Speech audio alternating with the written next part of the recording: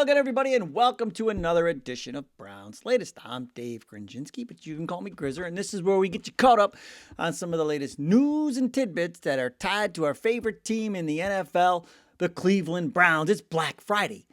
But the good thing about this show is you don't even need a sale. It's free all the time. So you got that going for you. You already scored a deal. First one of the Christmas season, the holiday season. There you go. You already got it in the books. Thank you to everybody who's liked our previous episodes, who has subscribed to the channel.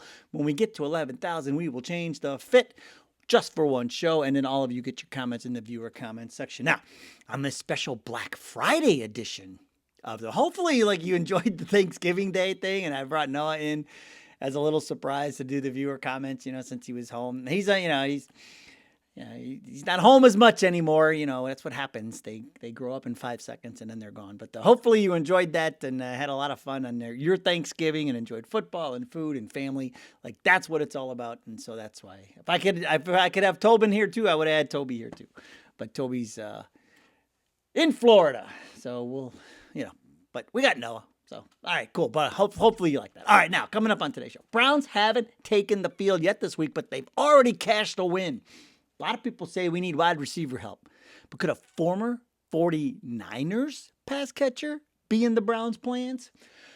This game against the 49ers is really setting up to be won through the air. So we may have to let Shedeur throw the ball. And then down in the viewer comments, some great new nicknames for our franchise quarterback.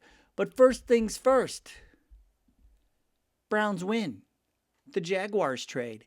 Did you guys see Greg Newsome has been benched in Jacksonville? Yes. When he first got there, he was getting over 90% of the defensive snaps. That was weeks 9 and 10.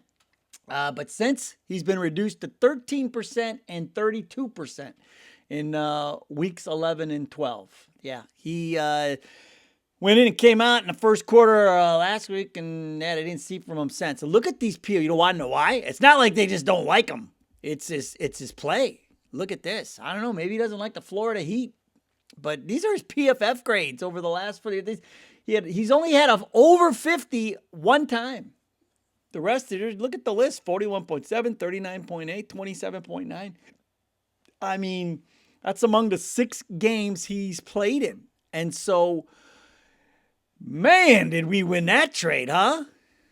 We got Mr. Campbell covering people left and right, man. And I thought we did a good job on Brock Bowers last week. And we got Kittle this week. And so, that was Ward and Campbell. They were getting involved in on that too. And so Tyson Campbell, man, he had one game below 61 for PFF grade. That was his debut where he had 4 hours to get ready. Remember that? So... But he's been above 61 every single game, playing at least 85% of the snaps in 5 of the last 6 games.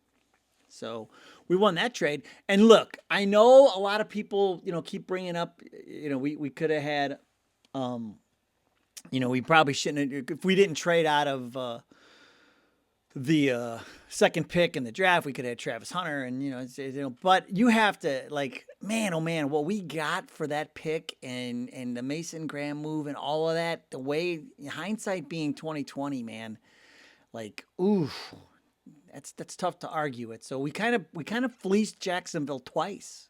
How about them apples? That's what I'm talking about. But anyway, that's a big win. I don't know what's going on with Greg Newsome, but one, we weren't going to pay him. And then, I said, you saw it after the first couple games. He was playing better than Newsome, and then Newsome goes down there and tanks. Weird.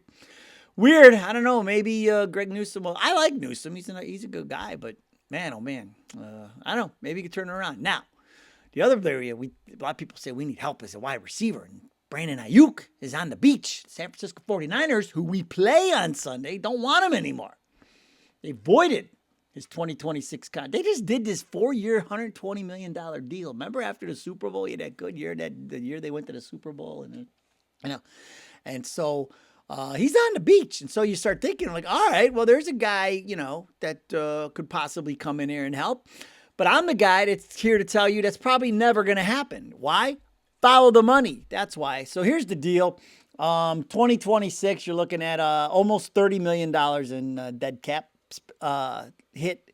And then the other way to do it would be you designate him as a post-June 1st move, and then you can split the money up over 2 years. Remember this? We went over this. This is the same kind of thing with Myles Garrett. When I said you should trade Myles Garrett after his 5-sack game, boy, that one didn't age well, did it?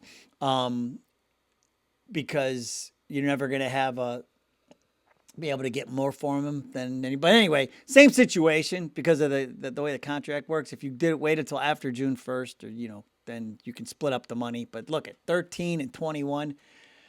The Browns are never, ever going to do that, especially with the way the cap situation is setting up for us now. You always start with the money when you think, ooh, could we get that guy? Always start with the money. And the other thing is this, he tore his ACL. He hasn't even come back yet from it. That's why you haven't seen him this year because it happened at the end of last year. And so, yeah, I don't think Ayuk would be in our plans at all. I think we should add some help through the draft. Carnell Tate. For sure. But we got to vet these things, right? That's what we do. We sit there and vet these things. Now, here's another thing we're going to vet. Will the Browns let Shedeur throw the ball a little more this week? Remember, Dylan Gabriel got to throw the ball 52 times in his second start. So if history could repeat itself. Now, I don't want him throwing the ball 52 times because, we're trailing, which we won't be because we're winning this game. But here's the thing. We already told you earlier in the week how the passing yards that San Francisco gives up. We already told you how they can't cover tight ends. We already showed you that they give up a ton of touchdowns to tight ends. I got one more for you. How about this? These are just passing touchdowns in general. There's San Francisco at 26. So on the left is the season. On the right, the last 3 games. So almost 2 a game. These are passing touchdowns. Almost 2 a game. But the last 3, look, they're down there with Cincinnati. Over 2 a game passing touchdowns. And, we talked about it yesterday. Like this, they're going to be tough to run on regardless. So the game plan, if I'm putting this game plan together, I'm leaning on Shedeur to throw the ball a little bit more. I'm getting the tight ends involved. And look out, Judy, man. Judy could have himself a day. But the tight ends most definitely. And I think we're going to have to kick the training wheels off of Shedeur this week a little bit and let him sling it around the yard. Let's go. I mean, the stats tell us that's what we should be doing. So that's what I'm saying we should be doing. The other thing I say we should be doing right now are viewer comments because they are always on target, just like a Shedeur pass. Now, we'll start today with Lamina 566. I like that. Lamina. It says, I just watched a video from the quarterback school reviewing Shedeur's play during the Raiders game, and it seems there's a lot of work to do with Shedeur's footwork and timing. I hope they're reviewing these observations to make the required adjustments to improve Shedeur's performance in the game against the San Francisco 49ers. And where you heard him talk the other day, he even said he's like he's not comfortable with where he's got a long way to go. He admitted it, which is great, and he seems to be working, with Kevin Stefanski on that. And I'm starting to we're going to talk about Stefanski more here in a second, but I'm trying to figure out a way, because it's like I don't want to hate Stefanski. I just hate the way he coaches the team. I don't hate Stefanski. He seems like a nice guy. I met him at training camp a couple of years ago. He's nice to the kids. I mean, and my nephew was with us, and like super nice guy, super great guy. But I just can't stand the play calling. I can't stand the way I would never punt from the 29-yard line. Those are it's the coaching stuff that makes me crazy. It makes me insane. But if we could get him away from all that, I don't know. Could he survive this? Just be the head coach and stay out of everybody's way? I don't know. But I'm leaning more towards, could he completely stay out of everybody's way? I mean, I don't know. Maybe this system he had is going to end up working with the whole extra sessions and everything. But here's the thing. This is what makes me crazy, because we're railing on him because Shedeur's not getting reps and this and that and the other thing. Just come out and say it. We found all of this out from Ross Tucker during the game the other day about all these extra sessions on Mondays and this days and that day. Like why not just tell everybody what you're doing? with all the rookies to get them ready. Like that's another thing that drives me crazy with him. But no, Shador's working on it. He talked about it. He talked, every week it's going to be, a little bit more. The things to work on every single game. No, I mean, shoot, I go back and look at these shows and I'm like, could have done that better. Everything. You got to go back, watch the tape, figure things out. All right, Hall of Fame Bullies says a win, great performance by the defense, good start by a rookie quarterback, and another show trashing Stefanski.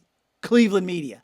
Look, this isn't about the other day. This is about the last 3 years, 2 years. I mean, come on.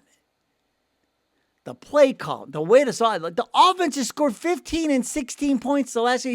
How do you won 6 games over 2 years? What NFL coach survives that? Come on, Hall of Fame bully. That's rage bait. That's all that is. I just said, hey, all right, if he wants to just, I don't know, be a quarterback's coach or something, he could do that. But I just don't want him to be coaching the team. That's it. He'd be great. I think he'd be great in a studio, like a network studio. Like I said the other day with like Terry Bradshaw. He needs to get him in there with doing something like that. Get him a studio show. I think he'd be great doing that. So there. I don't want him not to work. I just don't want him to work as the Browns head coach. I want him to work somewhere. People say you can go to the Giants. All right, go to the Giants. We just need something different here because this offense, that's all we're lacking, and he's in charge of it. I don't know. I come from a world of people who don't do their jobs lose their jobs. His job is the offense, and it's horrible, and it has been for years. That's where I'm at, Hall of Fame. I think Hall of Fame Bully was just trying to get a meltdown Monday on a Black Friday out of me, and he practically did. Swite is right. Oh, Swite's right. Okay. Says, Kevin does not know how to coach. His play calling is terrible. Shador has exposed his play calling. Those guys are good. He is just not using them to the potential. Yeah, and that's the thing. It's like it's the offense and the way he's running the offense and the play calls and the stifling of the quarterbacks. And Shador, like in Flacco, like we talked about this the other day, all of this stuff just exposes Stefanski, and whatever he's trying to do doesn't work. And look, even Shador against the Raiders. Dylan Gabriel was the robot. He never goes off script, and we never scored points. Shador Sanders goes off script, we score points. I mean, that's what, back to Hall of Fame. Are you hearing me, Hall of Fame bullies? This is what we're talking about. I'm right there with, Swite is right. Look at that. Who knew? That's why his name Swite is right, because he's always right. All right, and we will end today, this Black Friday edition, no coupon required. Inspire All Minds 4973. Now, remember the other day I said for sure, and then I said for sure door, and it's for sure door, and I kept trying to come up with. So I think I want to make that one of my new little catchphrases.